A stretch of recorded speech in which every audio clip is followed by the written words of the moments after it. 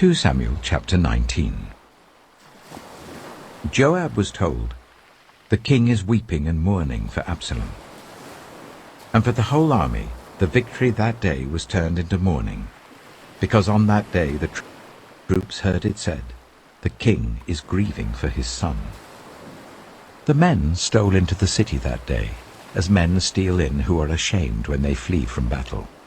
The king covered his face and cried out, "Oh, my son, Absalom! Oh, Absalom, my son, my son!" Then Joab went into the house to the king and said, "Today you have humiliated all your men who have just saved your life, and the lives of your sons and daughters, and the lives of your wives and concubines. You love those who hate you, and hate those who love you. You have made it clear today that the commanders and their men mean nothing to you. I see that you would be pleased if Absalom were alive today and all of us were dead. Now go out and encourage your men. I swear by the Lord that if you don't go out, not a man will be left with you by nightfall. This will be worse for you than all the calamities that have come on you from your youth till now." So the king got up and took his seat in the gateway. When the men were told, "The king is sitting in the gateway," they all came before him. Meanwhile, the Israelites had fled to their homes. Throughout the tribes of Israel, all the people were arguing among themselves, saying, "The king delivered us from the hand of our enemies. He is the one who rescued us from the hand of the Philistines. But now he has fled the country to escape from Absalom, and Absalom, whom we anointed to rule over us, has died in battle. So why do you say nothing about bringing the king back?" King David sent this message to Zadok and Abiathar the priests. "Ask the elders of Judah, why should you be the last to bring the king back to his palace, since what is being said throughout Israel has reached the king at his quarters? You are my relatives, my own flesh and blood. So why should you be the last to bring back the king? And say to Amasa, are you not my own flesh and blood? May God deal with me, be it ever so severely, if you are not the commander of my army for life, in place of Joab." He won over the hearts of the men of Judah, so that they were all of one mind.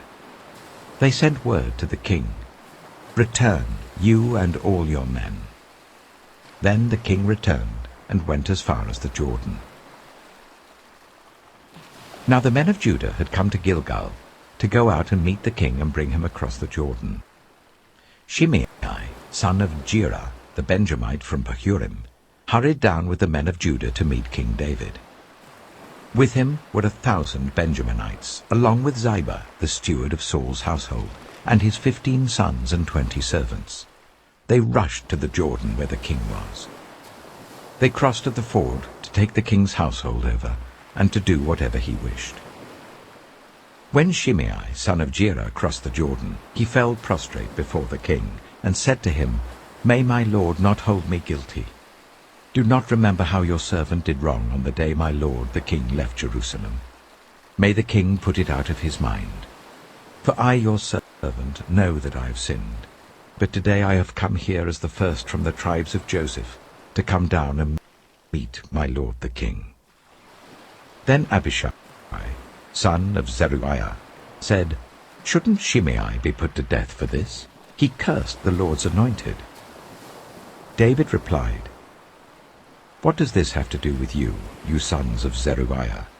What right do you have to interfere? Should anyone be put to death in Israel today?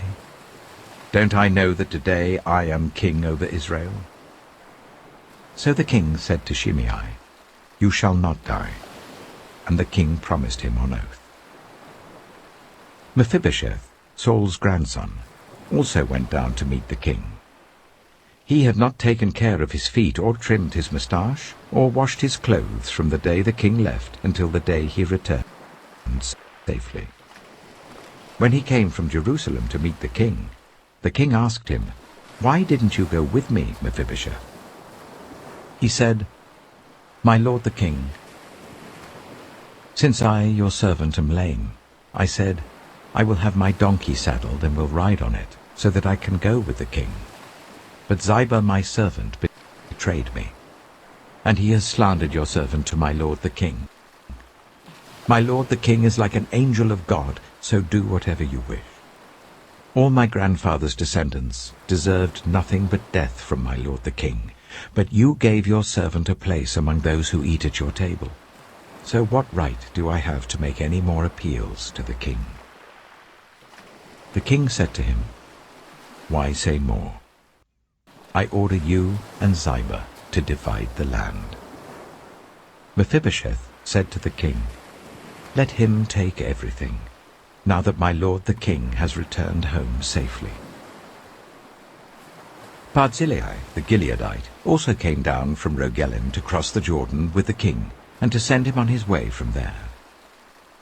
Now Barzillai was very old, 80 years of age. He had provided for the king during his stay in Mahanaim, for he was a very wealthy man. The king said to Barzillai, "Cross over with me and stay with me in Jerusalem, and I will provide for you."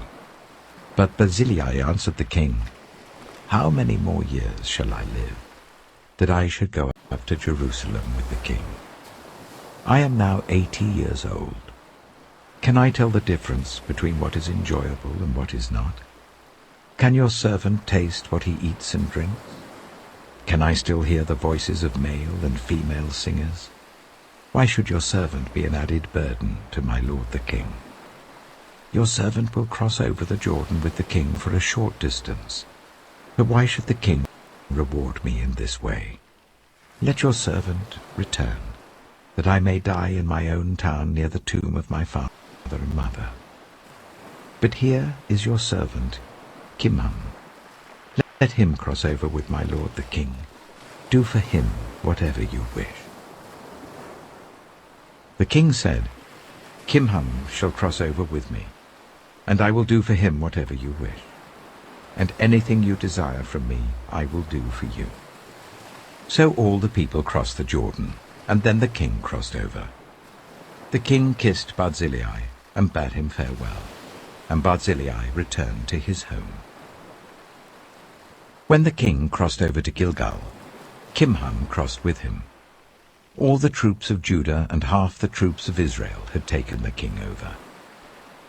Soon all the men of Israel were coming to the king and saying to him, "Why did our brothers, the men of Judah, steal the king away and bring him and his household across the Jordan, together with all his men?"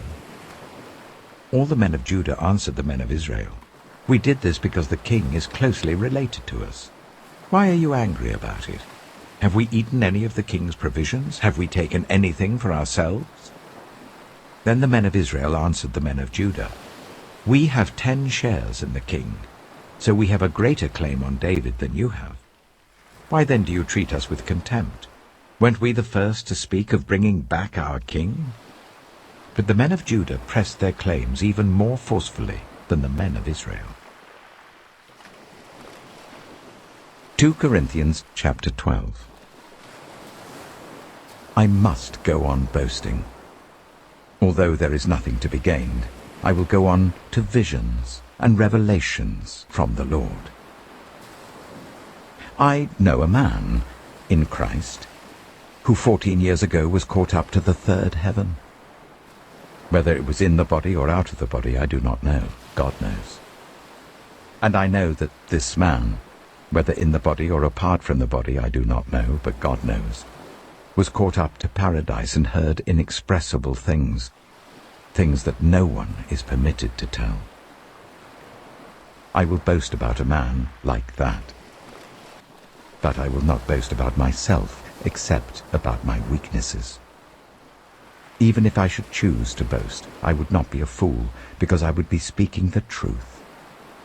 But I refrain, so no one will think more of me than is warranted by what I do or say, or because of these surpassingly great revelations.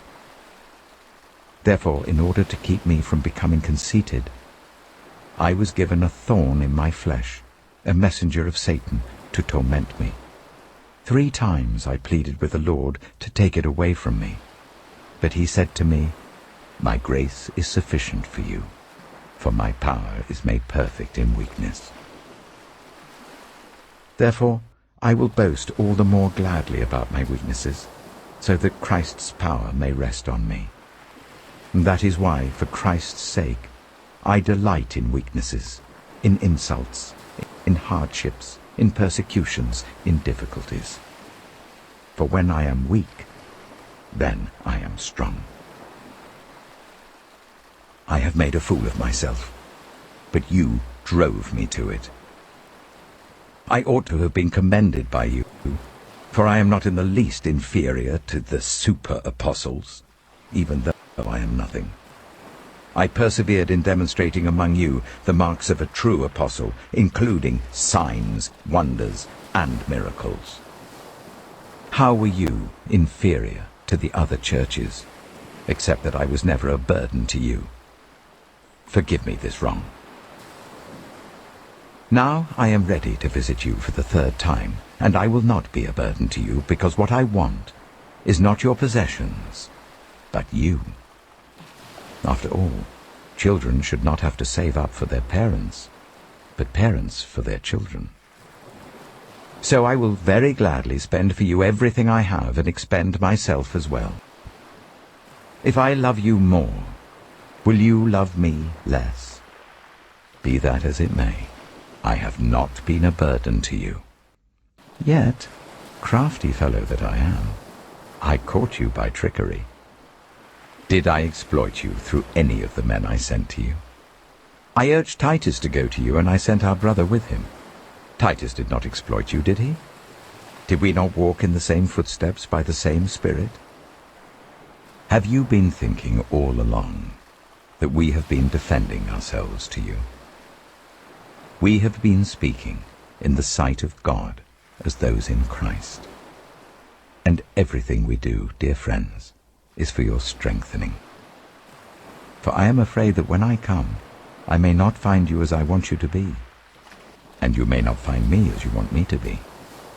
I fear that there may be discord, jealousy, fits of rage, selfish ambition, slander, gossip, arrogance, and disorder.